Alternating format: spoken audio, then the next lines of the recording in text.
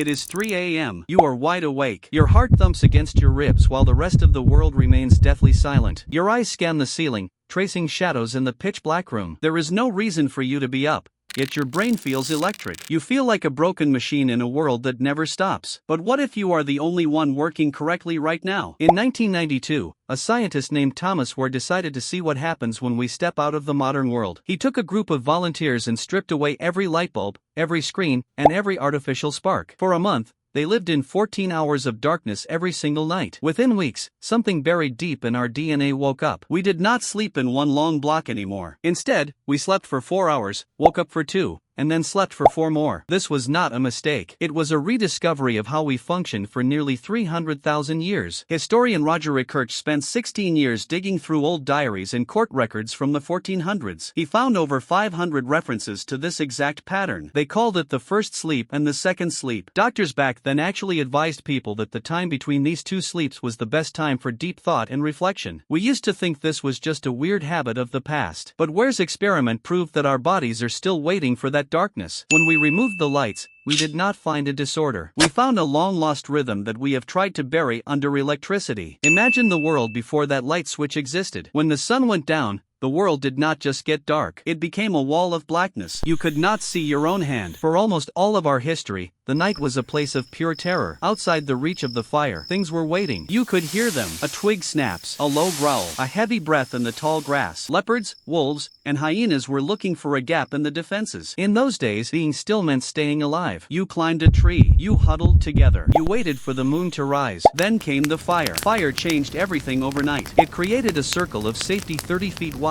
Inside that circle, you were safe. Outside that circle, you died. The fire gave us extra hours to talk and tell stories, but it did not make the predators go away. They were still there, just past the embers. You had to stay alert. You had to wake up. Someone had to watch the fire. Someone had to listen for the shifting shadows. The night was dangerous. Predators moved. Shadows moved. You had to wake. You had to survive. One deep sleep could be your last. We are the children of the ones who woke up. We are the survivors of the dark. We are built to notice the snap of a branch in the middle of the night. This alertness saved us 1,000 times over. You are here because they woke. But that's not the strange part. When you wake up at 3 a.m., your brain is doing something magnificent. It is not a bug in your system. It was a designed watch period. During this window between sleeps, Thomas Wehr found that the brain produces massive amounts of prolactin. This is the same chemical that makes you feel peaceful after a long meditation or a moment of deep connection. Your brain is not trying to stress you out. It is trying to sharpen you. In this ancient window, your cortisol levels begin to rise slightly to prepare your body for the second phase of alertness. This is when our ancestors would interpret their dreams while they were still fresh. But your mind stays in a meditative state. They would visit neighbors or sit quietly and plan the hunt. Your memory is consolidating. Your internal clock is resetting. The mainstream world tells you that if you aren't unconscious for 8 hours straight, you are failing. They want you to think you are broken so you will buy a pill or a new mattress. It is giving you a gift of clarity that the modern world has forgotten how to use. Your brain is at its most creative in that silence. This is why you feel it every night. You wake up and your mind immediately starts racing. But instead of using that ancient peace to reflect, you scroll through bad news and bright lights. You feel that spike of anxiety because your body is prepared for a predator that isn't there. The modern world has taken our watch period and turned it into a torture chamber of doom scrolling and worry. We have replaced the campfire with a glowing screen that tells our brain it is high noon. This blue light suppresses your melatonin and tricks your system into a state of panic. You feel personally attacked by your own thoughts because you have nowhere to put them. Our ancestors used this time to think about their place in the universe or to tell stories that built civilizations. You use it to worry about an email from 3 days ago. Your biology is trying to talk to you, but the noise of the modern world is screaming over it. You are experiencing survival instincts trapped inside a bedroom with a Wi-Fi connection. You feel restless because your inner soldier is looking for a threat that has been replaced by a notification. It is an ancient reflex without a modern home. You are hunting ghosts in a digital forest. We need to reframe how we see the night. Your 3 a.m. is not a disorder. It is a soldier with no war. It is a biological echo of a time when your survival depended on your ability to wake up in the dark and be present. When you lie there tonight, don't fight fight the silence. Don't reach for the light. Your body is just remembering its oldest rhythm. It is giving you a moment of pure, undistilled consciousness before the sun demands your labor. You are not an insomniac. You are a human being functioning exactly as you were designed to for thousands of generations. We traded the stars and the quiet watch for a light switch, but the switch didn't change who we are. If we finally turned off the world and listened to the dark, what would our ancestors want to tell us about the life we are living now? Perhaps the stillness isn't a void to be filled, but a sacred space where the version of you that knows how to survive meets the version of you that knows how to dream. We are biological time travelers, haunted by a safety we no longer need and a silence we no longer understand. Just listen. What is the silence trying to protect you from today?